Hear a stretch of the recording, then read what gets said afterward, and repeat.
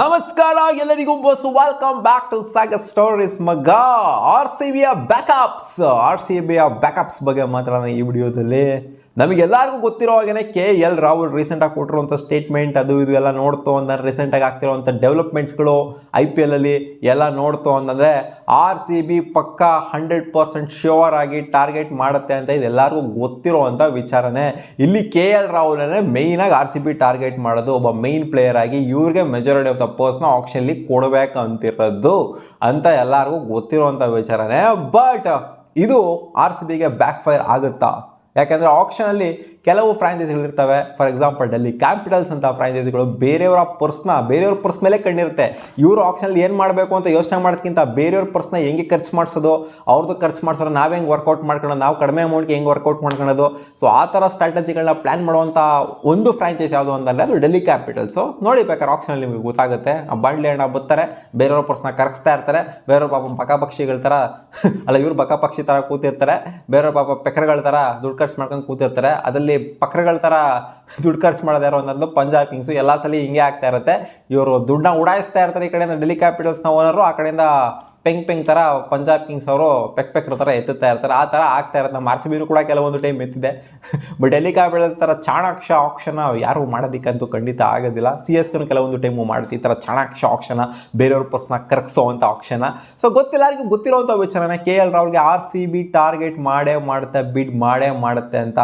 But RCB ಇದಕ್ಕೊಂದು limit ಅಂತೂ set ಮಾಡ್ಕೊಂಡಿರುತ್ತೆ. ಒಂದು first limit, second limit, maximum ಅಂತಂದರೆ ಎಷ್ಟು ಅಂತ ಖಂಡಿತ ಸೆಟ್ ಮಾಡ್ಕೊಂಡಿರಬೇಕು. ಇಲ್ಲ ಅಂತಂದರೆ ಆಕ್ಷನ್ನಲ್ಲಿ ಒಂಥರ ಹಿಡ್ತಾ ಇರೋದಿಲ್ಲ. ಇವ್ರಿಗೆ ಒಂದು 30 ಕೋಟಿ ಕೊಟ್ಬಿಡೋದು, 35 ಕೋಟಿ ಕೊಟ್ಬಿಡೋದು, ಆ ಥರ ಏನಾದ್ರು ಕುಕ್ಕೊಂಡು ಹೋಯ್ತು ಅಂತಂದರೆ ಆಕ್ಷನಲ್ಲಿ ಇವರು ಹಿಡ್ತಾ ಸಾಧಿಸೋದಕ್ಕೆ ಆಗೋದಿಲ್ಲ, ಕರೆಕ್ಟಾಗಿರೋ ಪ್ಲೇಯರ್ಸ್ಗಳನ್ನ ತಗೊಳಕ್ಕಾಗೋದಿಲ್ಲ. ಸೊ ಖಂಡಿತ ಬ್ಯಾಕಪ್ ಪ್ಲೇಯರ್ಸ್ ಅಂತೂ ಇಟ್ಕೊಂಡಿರ್ತಾರೆ. KL ರಾಹುಲ್ ಆಗಿಲ್ಲ ಅಂತ ಅಂದರೆ ಫಸ್ಟ್ ಇರುತ್ತೆ ಫಸ್ಟ್ ಪ್ರಿಫರೆನ್ಸ್ ನನ್ನ ಪ್ರಕಾರ ಇರಬೇಕು KL ರಾಹುಲ್. ಸೆಕೆಂಡ್ ಪ್ರಿಫರೆನ್ಸು ನನ್ನ ಪ್ರಕಾರ ಇರಬೇಕು ಇಟ್ಸ್ ರಿಷಬ್ ಪಂತ್. ಇವರಿಬ್ಬರಲ್ಲಿ ಯಾರಾದರೂ ಪಕ್ಕ ನಮ್ಮ RCBಗೆ ಬರೋದಂತೂ ನನಗೆ ಯಾಕೋ ಡೌಟ್ ಕಾಣಿಸ್ತಾ ಇಲ್ಲ. ಅದೇ ಆಕ್ಷನಲ್ಲಿ ಯಾರು ಫಸ್ಟ್ ಬರ್ತಾರೆ ಇದು ಕೂಡ ಮ್ಯಾಟ್ರ್ ಆಗುತ್ತೆ ಮಗ. ಇವಾಗ ತೊಗೊಂಬರ್ತಾರಲ್ಲ ಆ ಒಂದು ಸೆಟ್ಟಲ್ಲಿ ಫಸ್ಟ್ ಪಿಕ್ ಮಾಡಿದಾಗ ಯಾರು ಬರ್ತಾರೆ ಅದು ಕೂಡ ಮ್ಯಾಟ್ರ್ ಆಗುತ್ತೆ. ಫಸ್ಟ್ ಪಿಕ್ ಆದವರು ಜಾಸ್ತಿ ಅಮೌಂಟ್ಗೆ ಹೋಗುವಂಥ ಸಾಧ್ಯತೆ ಇರುತ್ತೆ. ಸೆಕೆಂಡ್ ಪಿಕ್ ಆದವರು ಸ್ವಲ್ಪ ಕಮ್ಮಿ ಅಮೌಂಟ್ಗೆ, ಸ್ವಲ್ಪ ಕಮ್ಮಿ ಡಿಮ್ಯಾಂಡ್ಗೆ. ಅಂದರೆ ನನ್ನ ಪ್ರಕಾರ KL ರಾಹುಲ್ ಮತ್ತು Rishabh Pant almost similar demand ಇರುತ್ತೆ ಅಂತ ಅಂದ್ಕೊಂಡಿದ್ದೀನಿ. ಬಟ್ ಬೇರೆಯವ್ರ ವಿಚಾರದಲ್ಲಿ ಹೇಳ್ತಾ ಇರೋದು. ಸೊ ಫಸ್ಟ್ ಪಿಕ್ ಆದವ್ರಿಗೆ ನನ್ನ ಪ್ರಕಾರ ಹೆವಿ ಡಿಮ್ಯಾಂಡ್ ಇರುತ್ತೆ. ಅದರಲ್ಲಿ ಇವ್ರಂದ್ರೆ ಫಸ್ಟ್ ಬಂದುಬಿಟ್ರು ಅಂದರೆ KL ರಾಹುಲ್ ಏನಾದ್ರು ಫಸ್ಟ್ ಬಂದುಬಿಟ್ರು ಅಂತಂದರೆ ಫಸ್ಟ್ ಸೈಟಲ್ಲಿ ಫಸ್ಟ್ ಪ್ಲೇಯರ್ ಆಗೇ ಬಂದುಬಿಟ್ರು ಅಂತಂದರೆ ಅವಾಗ ಕಿತ್ಕೊಳ್ಳುತ್ತೆ ನೋಡಿ ಎಲ್ಲರಿಗೂ. ಅಜ್ಜಿ ಏರ್ಕೊಂಡು ಹೋಗುತ್ತೆ ಪ್ರೈಸು. ಅವಾಗ RCBನೂ ಯೋಚನೆ ಮಾಡಬೇಕಾಗುತ್ತೆ, ಏನು ಮಾಡೋದು, ಬಿಡಬೇಕಾ ಇವ್ರನ್ನ, ಏನು ಮಾಡಬೇಕು ಅಂತ. ಬಟ್ ಸುಮಾರು ಜನ ಫ್ಯಾನ್ಸ್ಗಳು ಹೇಳ್ತೀರಾ ಅವನ ಅಜ್ಜಿ 30 ಕೋಟಿ ಆದ್ರೂ ಗುರೋ ತಗೊಬೇಕು ರಾಹುಲ್ ಅಂತ ಹೇಳ್ತೀರಾ. ಬಟ್ ಬೇರೆಯವ್ರನ್ನ ಬಿಲ್ಡ್ ಮಾಡಬೇಕಲ್ಲ ನಾವು. ಟೀಮ್ನ ಕಂಪ್ಲೀಟಾಗಿ ಬಿಲ್ಡ್ ಮಾಡಬೇಕು ಅಂದರೆ ದುಡ್ಡು ಬೇಕು ನಿಮಗೆ. ಅಲ್ಲಿ ಸುಮ್ಮನೆ ಒಬ್ಬರು ತೊಗೊಂಡ್ಬಿಟ್ಟು ಒಂಥರ ಒಬ್ಬರಿಂದನೇ ಗೆದ್ಬಿಡುತ್ತೆ ಟೂರ್ನಮೆಂಟ್ ಅಂತ ಹೇಳೋದಕ್ಕಾಗೋದಿಲ್ಲ. ಹೌದು KL ರಾಹುಲ್ ಬೇಕು, ಫಸ್ಟ್ ಪ್ರಿಫರೆನ್ಸ್ ಆಗಿರ್ತಾರೆ. ಬಟ್ ಇವ್ರು ಏರಸದ ಮಟ್ಟಕ್ಕೆಲ್ಲ ಹೋಗೋಕ್ಕಾಗೋದಿಲ್ಲ. ಎಲ್ಲರಿಗೂ ಗೊತ್ತು RCB ಟಾರ್ಗೆಟ್ ಮಾಡುತ್ತೆ ಅಂತ. ಆದ್ದರಿಂದ ಬ್ಯಾಕಪ್ ಅಂತೂ ರಿಷಬ್ ಪಂತ್ ಆಗಿ ಖಂಡಿತ ಇರಲೇಬೇಕು. ಸೆಕೆಂಡ್ ಬ್ಯಾಕಪ್ ಆಗಿ ಇನ್ ಕೇಸ್ ಏನಾದ್ರು ರಿಷಬ್ ಪಂತೂ ಸಿಗಲಿಲ್ಲ ಅಂತಂದರೆ ಥರ್ಡ್ ಬ್ಯಾಕಪ್ ಆಗಿ ನನ್ನ ಪ್ರಕಾರ ಇರಬೇಕು. ಇವಾಗ ಕ್ಯಾಪ್ಟನ್ಸಿ ಮೆಟೀರಿಯಲ್ ಆಗಿ ನಾನು ಹೇಳ್ತಾ ಇರೋದು, ಕ್ಯಾಪ್ಟನ್ಸಿ ಮೆಟೀರಿಯಲ್ ಆ್ಯಂಡ್ ಒಂದು ಒಳ್ಳೆ ಬ್ಯಾಟರು, ಸಖತ್ ಬ್ಯಾಟ್ರು, ಬಾಂಬ್ ಬ್ಯಾಟ್ರು T20ಲಿ ಅಂತ ಅಂದರೆ ಇಟ್ಸ್ ಜಾಸ್ ಬಟ್ಲರ್. ನನ್ನ ಪ್ರಕಾರ ಥರ್ಡ್ ಪ್ರಿಫರೆನ್ಸಲ್ಲಿ ಇರ್ತಾರೆ ಜಾಸ್ ಬಟ್ಲರು. RCBಗೆ ಹೇಳ್ತಾ ಇರೋದು ನಮ್ಮ RCB ಜಾಸ್ ಬಟ್ಲರ್ನ ತೊಗೋಬೇಕು ಥರ್ಡ್ ಪ್ರಿಫರೆನ್ಸ್ ಆಗಿ. ಇನ್ ಕೇಸ್ ಫಸ್ಟ್ ಎರಡರಲ್ಲಿ ಯಾರಾದರೂ ಅವರು ಪಕ್ಕ ಸಿಗ್ತಾರೆ. ಬಟ್ ಇನ್ ಕೇಸ್ ಏನಾದ್ರು ಅವೆರಡರಲ್ಲಿ ಸಿಗಲಿಲ್ಲ ಅಂತಂದರೆ ಇದು ವರ್ಸ್ಟ್ ಕೇಸ್ ಸಿನಾರಿಯೋ ಹೇಳ್ತಾ ಇರೋದು. ಬೆಸ್ಟ್ ಕೇಸ್ ಸಿನಾರಿಯೋ ಅಂತಂದರೆ KL ರಾಹುಲ್ ನಮ್ಮ ಕಡೆ ಬರೋದು. ವರ್ಸ್ಟ್ ಕೇಸ್ ಸಿನಾರಿಯೋ ಅಂತಂದರೆ ಇವರಿಬ್ಬರು ಸಿಗದೇ ಇರೋ ಥರ ಆಗಿ ಅದು ಅಚಾನಕ್ಕಾಗಿ ಆಗ್ಬೇಕಷ್ಟೇ. ಅದು ಒಂಥರ ಗರ ಬಡ್ದಿರೋ ಅವ್ರ ತಲೆಗೆ ಅವಾಗ ಆಗ್ಬೇಕಷ್ಟೇ. ಇಲ್ಲಾಂದರೆ ಇಬ್ಬರಲ್ಲಿ ಯಾರಾದ್ರು ಒಬ್ಬರಂತೂ 100% ನಮ್ಮ RCBಗೆ ಬಂದೇ ಬರ್ತಾರೆ. ವರ್ಸ್ಟ್ ಕೇಸ್ ಸಿನಾರಿಯೋ ಅಂತಂದರೆ RCBಗೆ ಕ್ಯಾಪ್ಟನ್ ಆಗಿ ಅಂದರೆ ಇವಾಗ ವಿರಾಟ್ ಕೊಹ್ಲಿ ಅವ್ರ ಹೆಸರು ಕೂಡ ಸ್ವಲ್ಪ ಚರ್ಚೆಲಿದೆ. ಬಟ್ RCBನ ಕನ್ಫರ್ಮ್ ಮಾಡಿದೆ, ವಿರಾಟ್ ಕೊಹ್ಲಿ ಕ್ಯಾಪ್ಟನ್ಸಿ ಕೊಡ್ತೀವಿ ಅಂತ ನಾವೆಲ್ಲೂ ಹೇಳಿಲ್ಲ. ಹಿಂಗೆ ಅದೆಲ್ಲ ಸ್ಟೇಟ್ಮೆಂಟ್ಗಳು ಪಾಸ್ ಆಗಿದ್ದಾವೆ. ಆದರೆ ನಾವು ಇಲ್ಲಿ ಕನ್ಫರ್ಮೇಷನ್ ಅಂತ ತಗೊಳೋದಕ್ಕಾಗೋದಿಲ್ಲ. ಕ್ಯಾಪ್ಟನ್ಸಿ ರೋಲಲ್ಲೇ ನೋಡ್ತಾ ಇದೆ ಅಂತ ಕೂಡ ಹೇಳೋದಕ್ಕೆ ಆಗೋದಿಲ್ಲ.